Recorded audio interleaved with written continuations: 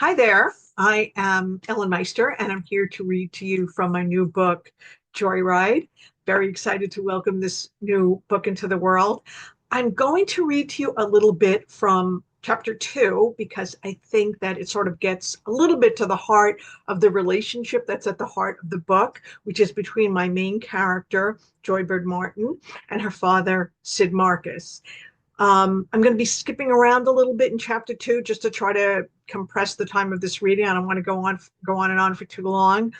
But the only thing you need to know is that my character, Joybird, she drives an Uber. She does want to be a life coach. But right now she's driving an Uber to make ends meet. She lives in Brooklyn. Her father, Sid Marcus, was a very successful comedy writer in Hollywood until his life fell apart, landed in her doorstep. She took him in. So this scene sort of picks up at the end of a day of work as an Uber driver when she comes home. And this is what happens. Um, I'll just caution you that I'm skipping around a bit. So I hope it, makes sense because I'm Frankensteining the chapter a little bit. But I think you'll get a sense of who these people are and what's going on in this scene. Okay. As soon as she unlocked the outer door to her building, Joybird heard the beat of loud music, and the volume increased as she ascended the stairs to her second floor apartment. Her chest tightened. What the heck was her father up to? She put her key in the lock and opened the door to the oral assault of Alice Cooper blaring Schools Out. She could feel the bass in her belly rumbling like indigestion. What on earth, Dad? She called over the music. He sat in the recliner in the middle of the living room, his eyes closed, and didn't hear her. She flicked the light switch on and off, and he looked up, giving a small wave of acknowledgement. Dad, she shouted. You want me to turn it down? She walked over to the expensive sound system he had brought with him from LA and clicked it off. I was listening to that, he complained. I have neighbors. He snorted. Tell me about it. Beatnik Betty has been blasting Joni Mitchell all day. Is that what this is about? She asked. Three Joni Mitchell albums in a row, he complained. As far as Joybird could tell, her father resented the disrespect more than the music, or what he perceived as disrespect anyway. Since his fall from grace, Sid Marcus had been quick to feel victimized, insisting that life had dealt him a crappy hand, skimming the best cards for someone else. At one point, Joybird had gently suggested that as a white guy from Connecticut, who was more privileged than the vast majority of humanity, he'd been dealt at least a couple of aces. Still, he clung to his victimhood like a favorite charm. Joybird shook her head, summoning patience. You like Joni Mitchell. That's not the point. Who listens to three Joni Mitchell albums in a row? Anybody who wants to, she said. Well, I didn't want to. You could have just asked her to lower it. I did in my own way. Joybird eased herself into the seat next to him. You do anything today? Went into Manhattan, he said. Really? You remember Gerald Platt? He asked. We had lunch. The name meant nothing to her, but she assumed he was someone in the TV industry. That's great, Dad. Son of a bitch said my pitch was interesting. The nerve, she said, trying to make him laugh. His face stayed tight.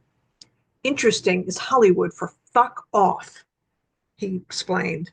She nodded and understood that it probably was. Clearly, he was getting agitated. You want to talk about it? He squeezed his eyes shut as if in pain, and Joybird gave him a minute to see if he wanted to open up. You want a beer? He asked. She nodded, and he went into the kitchen to retrieve two bottles of Sam Adams from the refrigerator. He handed her one, and she took a desperate sip. He lowered himself into the recliner, and for several minutes they sat silently as they drank. You were right about the loud music, he said. I was being a dick. Joybird glanced over, and he still looked painfully glum. It's okay, she reassured him. You were upset from your meeting with that Platt guy. He shook his head. It's not Platt, he admitted, and took a long pull of his beer. What then? Doesn't matter. Of course it matters. He stared absently at the label, then tipped his head back, took another swig, and pulled the bottle from his mouth with a soft pop. She waited, sensing he was getting ready to open up about something. You can talk to me, she assured him. He nodded and took a slow breath. Did I ever tell you about Donna DeLuca? I don't think so. He went quiet, as if trying to figure out where to begin. Joybird waited. Prettiest girl at Paxton Prep, he finally said, referring to the private high school in Connecticut he had attended. Face like a goddess. Picture Cindy Crawford with a little Sophia Loren thrown in, and smarter than every fucking guy in my class put together. Did you go out with her or something? Joybird asked, trying to understand why this ancient history had upset him. I kissed her once at a party, possibly the single greatest moment of my life. But we were both stoned, and afterward, I don't know, I choked. I never asked her out, though I rehearsed it every day for 2 years. He took another sip of his beer and put it down hard on the side table. I missed my chance again. Avoiding her eyes, he glanced out the window into a night so aggressively dark it seemed to suck the streetlights into the ether. What are you talking about? She asked. He couldn't respond, and she saw that he was choking back tears.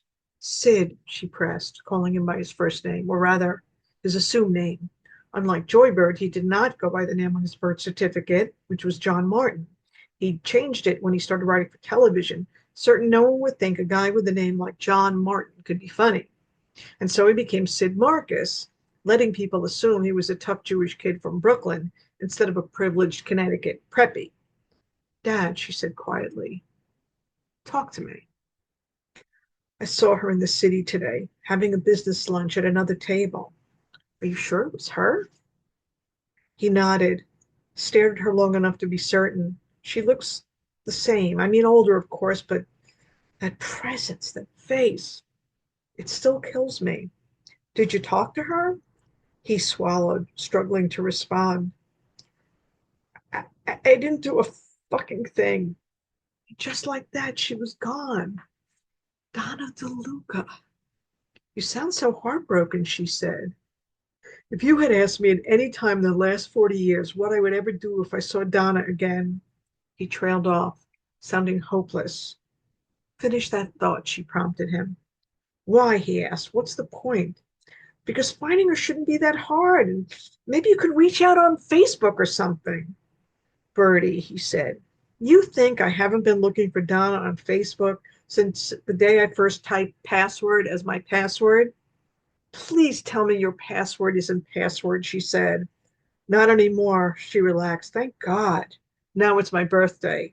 Dad, she said, alarmed. I'm kidding. Jesus, I'm not an idiot. He let out a long, sad sigh, except when it comes to Donna DeLuca. And that's all I'm reading for today. I hope that intrigues you and that you'd love to read my little book. That's it for now. Thanks so much for watching my video. Bye.